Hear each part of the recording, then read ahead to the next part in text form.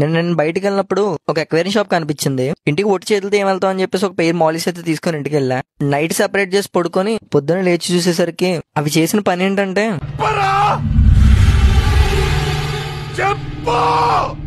చేపల పిల్లలు పెట్టాయి.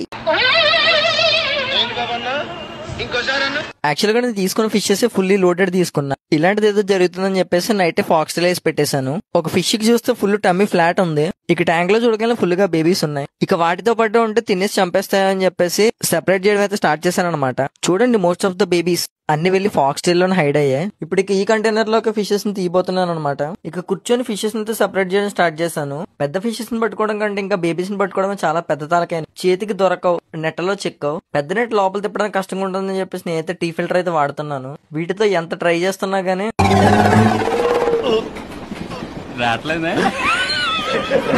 ఇంకా ఫైనల్ గా అయితే ఫిషెస్ ని కలెక్ట్ చేసేసాను అనమాట. చాలా ఎక్కువ క్వాంటిటీలోనే పెట్టింది బేబీస్ ని. అండ్ ఇందులో ఒక 4-5 వరకు